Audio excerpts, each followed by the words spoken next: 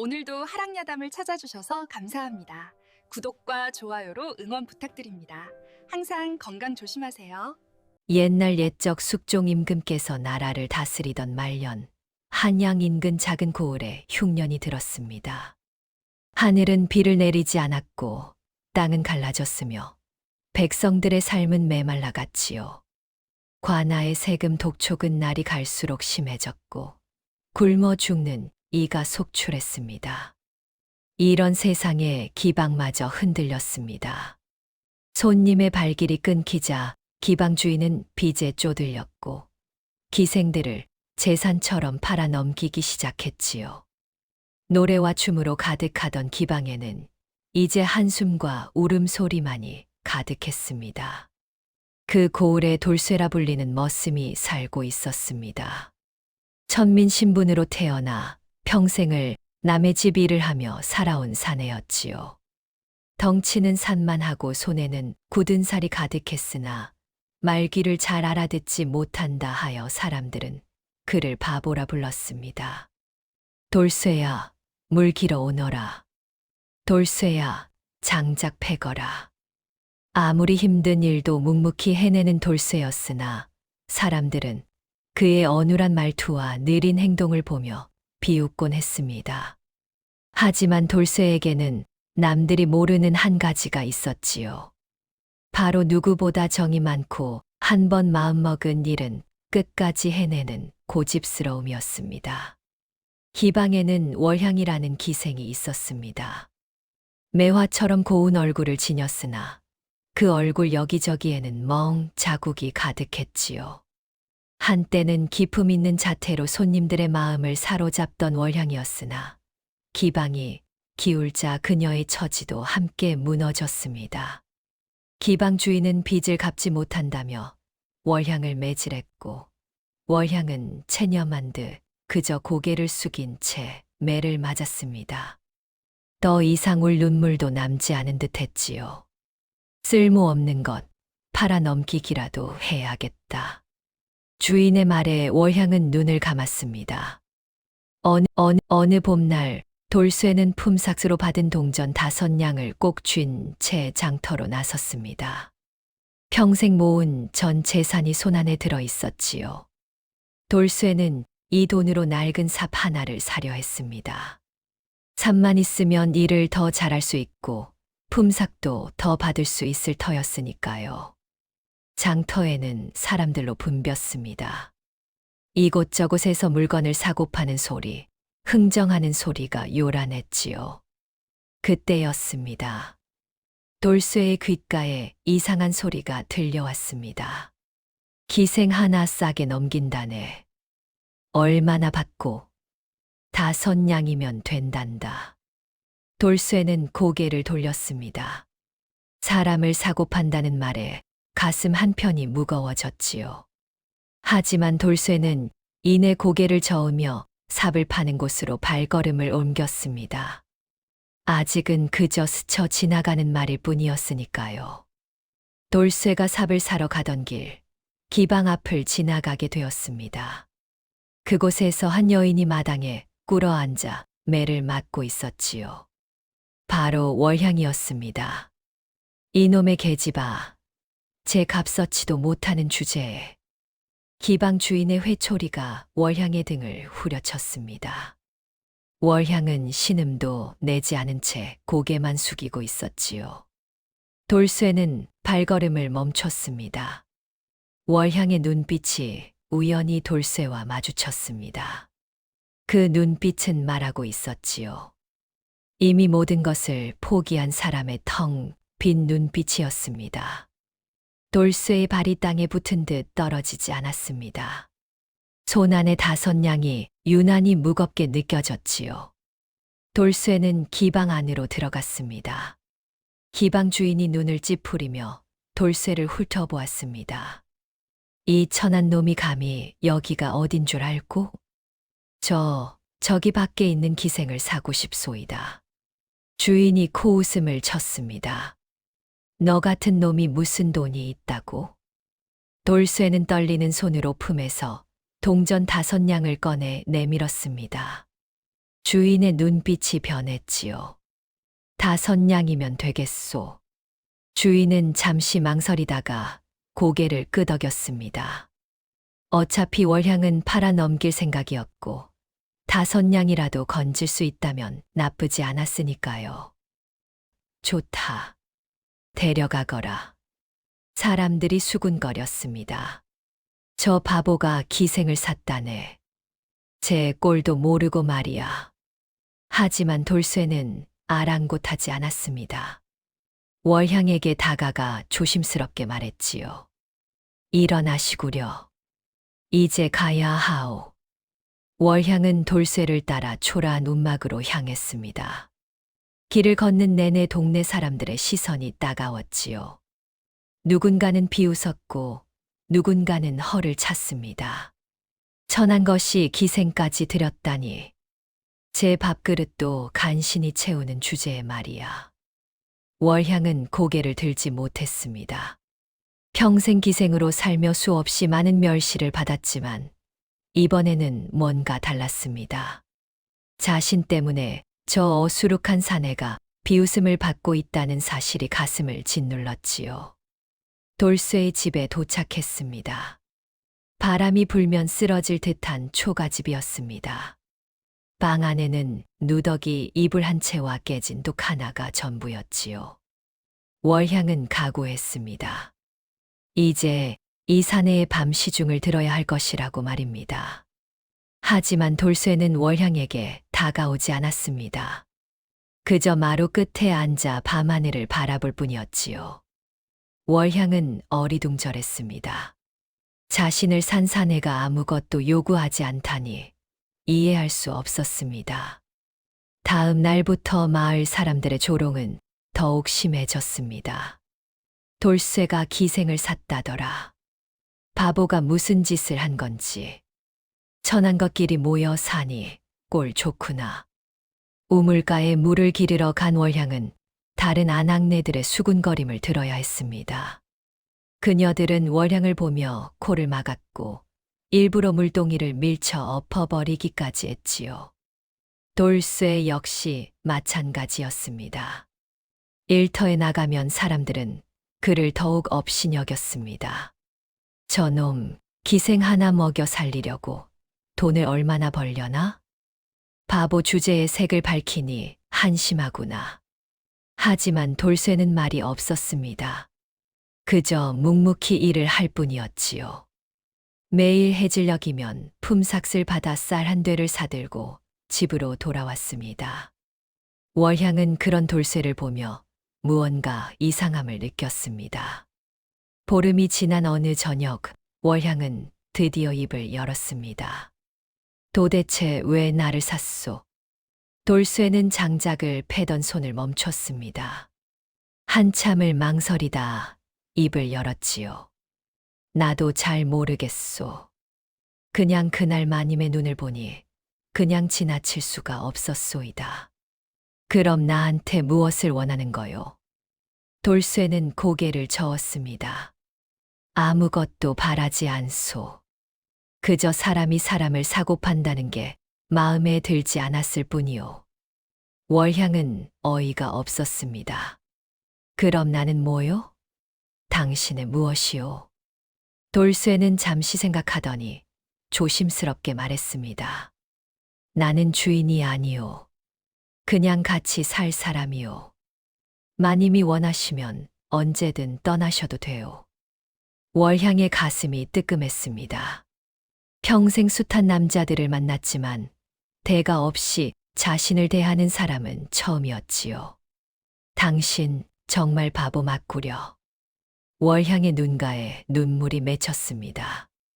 그것이 감동의 눈물인지 허탈함의 눈물인지 월향 스스로도 알 수 없었습니다.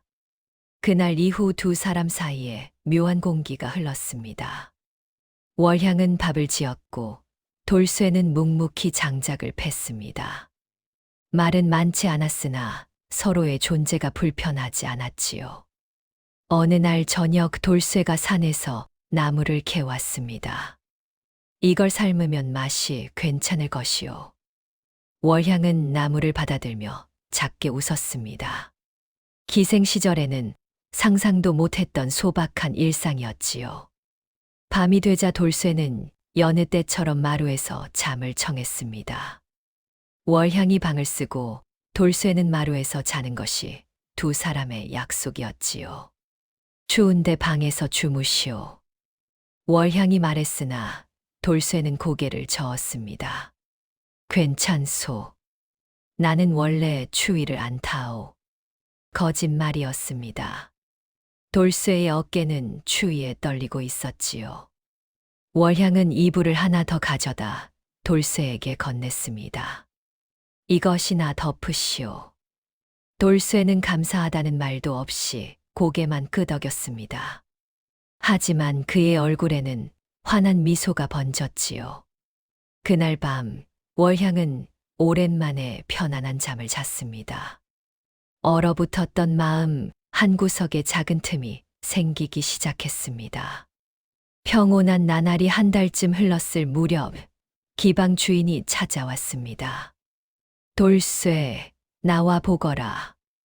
돌쇠가 밖으로 나가자 기방 주인과 함께 아전 둘이 서 있었습니다. 월향을 내놓아라. 무슨 말씀이요? 내가 생각해보니 5냥은 너무 싼 값이더라. 적어도 10냥은 받아야 마땅하다. 이미 값을 치르지 않았소. 기방 주인이 비웃었습니다. 계약서라도 있느냐?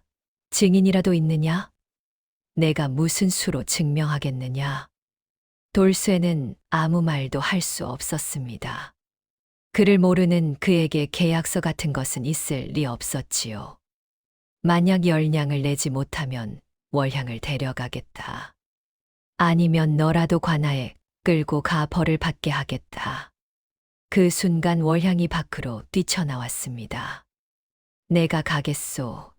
이 사람은 아무 잘못이 없소. 월향의 눈빛에는 결연함이 서려 있었습니다. 차라리 자신이 희생하는 것이 낫다고 생각했지요. 하지만 돌쇠가 월향의 앞을 막아섰습니다. 안 돼요. 마님은 이미 자유로운 몸이오. 기방 주인이 코웃음을 쳤습니다. 닷새 안에 10냥을 마련하지 못하면 둘 다 끝장이다. 그날 밤 월향은 돌쇠에게 자신의 과거를 털어놓았습니다. 사실 나는 원래 천민이 아니었소. 월향은 양반가의 서녀로 태어났다고 했습니다. 비록 첩의 자식이었으나 아버지의 사랑을 받으며 자랐지요. 하지만 아버지가 억울한 옥사에 연루되어 죽임을 당하셨소. 집안은 풍비박산이 났고 나는 하루아침에 기생으로 팔려갔소이다. 월향의 눈에서 눈물이 흘러내렸습니다. 그 옥사는 조작된 것이었소. 아버지는 어떤 큰 비리를 알고 계셨고 그것을 막으려는 자들이 아버지를 제거한 것이지요. 돌쇠는 조용히 월향의 이야기를 들었습니다. 그런데 왜 이제야 말하는 거요? 당신이 나를 다르게 볼까봐 두려웠소. 하지만 이제는 말해야겠다고 생각했소이다. 돌쇠는 월향의 손을 꼭 잡았습니다. 마님의 과거가 어찌 됐든 상관없소. 지금 마님은 마님일 뿐이요. 월향은 처음으로 진심 어린 온기를 느꼈습니다. 평생 자신을 이용하려 했던 수많은 사람들 속에서 돌쇠만은 달랐습니다. 고맙소, 돌쇠 나리. 그날 밤 두 사람은 작은 초가집 안에서 서로의 마음을 나눴습니다. 다음 날 아침 돌쇠는 평소보다 일찍 일어났습니다. 월향이 물었습니다. 어디 가시오? 품삯을 더 벌어야 하오. 닷새 안에 10냥을 마련해야 하지 않소. 월향은 고개를 저었습니다. 불가능한 일이오. 닷새에 10냥이라니 1년을 일해도 모으기 힘든 돈이오. 하지만 돌쇠는 이미 마음을 굳힌 듯 했습니다. 해봐야 알지 않겠소. 돌쇠는 마을 이곳저곳을 돌아다니며 일을 찾았습니다. 밭을 갈고 짐을 나르고 장작을 패고 우물을 팠습니다. 해가 뜨면 일을 시작해서 해가 질 때까지 쉬지 않았지요. 사람들은 여전히 돌쇠를 바보라 불렀지만 그의 성실한 만큼은 인정할 수밖에 없었습니다. 저놈은 말은 어느래도 일만큼은 기막히게 하는구나. 바보가 아니라 우직한 놈이지. 사흘이 지났을 때 돌쇠가 모은 돈은 고작 석냥이었습니다. 절반도 채 안 되는 금액이었지요. 월향은 돌쇠를 말리고 싶었으나 그의 단단한 결심을 꺾을 수 없었습니다. 나흘째 되던 날, 돌쇠는 마을 어기 낡은 사당으로 월향을 데려갔습니다. 여기가 어디요? 내 아버지의 위패가 모셔진 곳이요. 돌쇠의 아버지 역시 일찍 세상을 떠났다고 했습니다. 돌쇠는 위패 앞에서 절을 올린 뒤 위패 뒤쪽을 더듬었지요. 그곳에서 낡은 천에 쌓인 문서 하나가 나왔습니다. 이게 뭐요? 내 아버지가 남기신 증거 문서요. 아버지는 관아의 설이었소. 어느 날 큰 비리 사건을 목격하셨고 그 증거를 남기셨지요. 월향의 눈이 커졌습니다. 설마 그 사건이라는 것이? 마님 아버지께서 돌아가신 그 옥사 사건이요. 월향은 믿을 수 없다는 표정이었습니다. 돌쇠의 아버지가 자신의 아버지 사건과 관련이 있다니 이것이 우연일까요? 아니면 운명일까요? 아버지는 진실을 밝히려다 변을 당하셨소. 돌아가시기 전에 이 문서를 내게 주시며 절대 잃지 말라 하셨지요. 월향은 떨리는 손으로 문서를 펼쳤습니다. 그곳에는 당시 사건을 조작한 관리들의 명단과 증거가 상세히 적혀 있었습니다. 닷새째 아침 기방 주인이 아전들을 이끌고 나타났습니다. 돈을 준비했느냐? 돌쇠는 모은 석냥을 내밀었습니다. 이것밖에 없소. 기방 주인이 돈을 발로 차버렸습니다. 이 따위 푼돈으로 날 속이려 하느냐? 아전들이 돌쇠를 붙잡았습니다. 이놈을 관아로 끌고 가라. 계약을 어긴 죄로 곤장을 쳐야겠다. 월향이 비명을 질렀습니다. 안 됩니다. 이 사람은 잘못이 없소. 하지만 아전들은 들은 척도 하지 않았습니다. 돌쇠는 질질 끌려가면서도 월향을 바라보았지요. 마님, 걱정 마시오.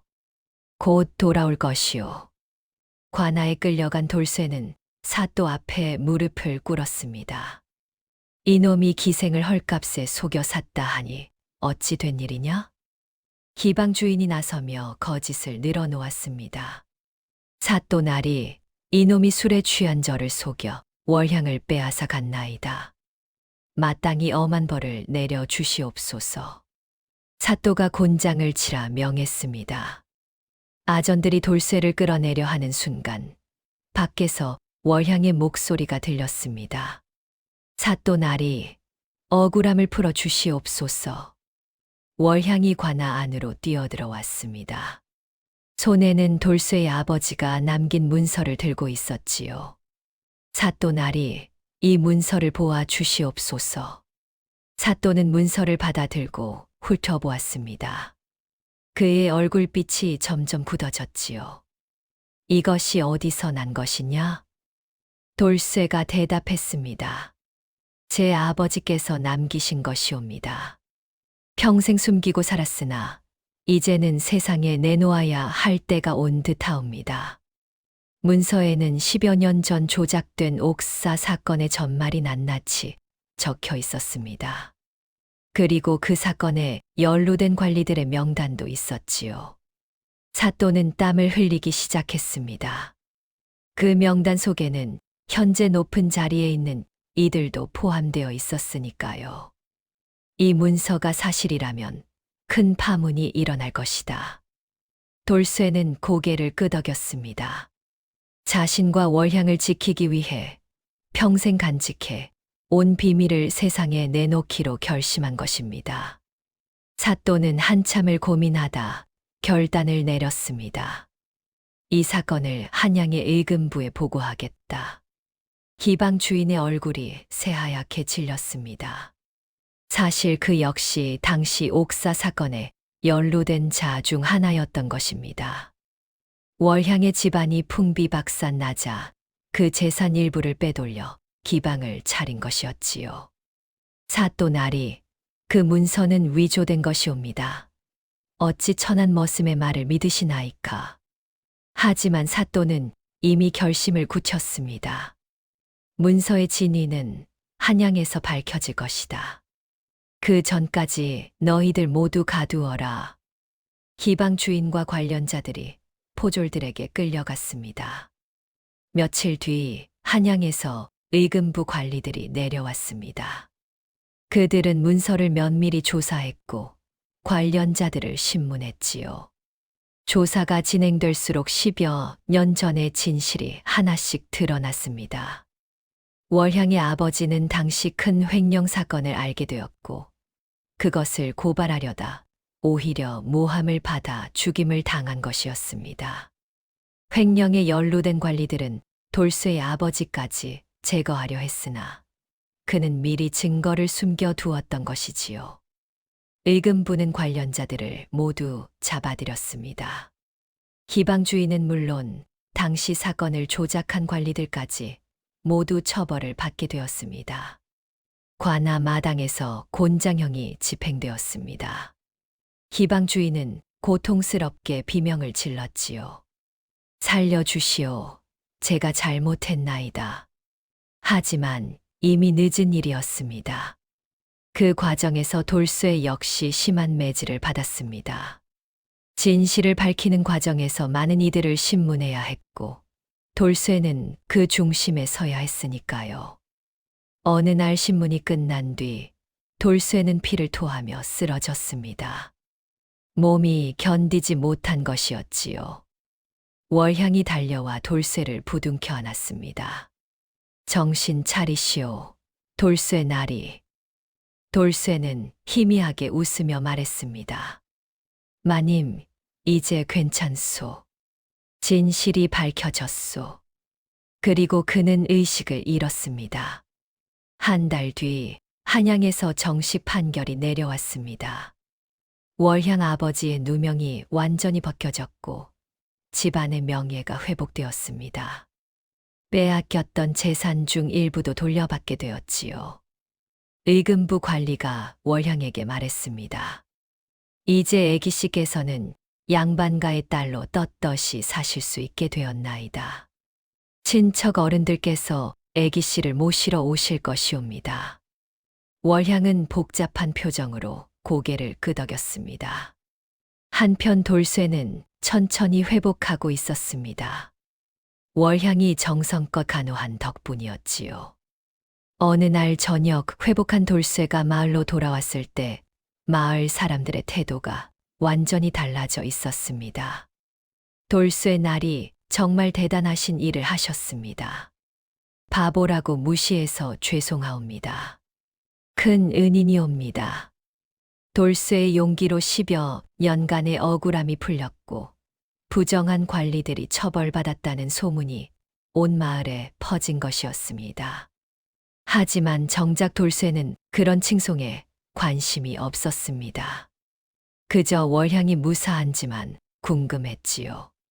초가집으로 돌아온 돌쇠는 월향을 발견했습니다.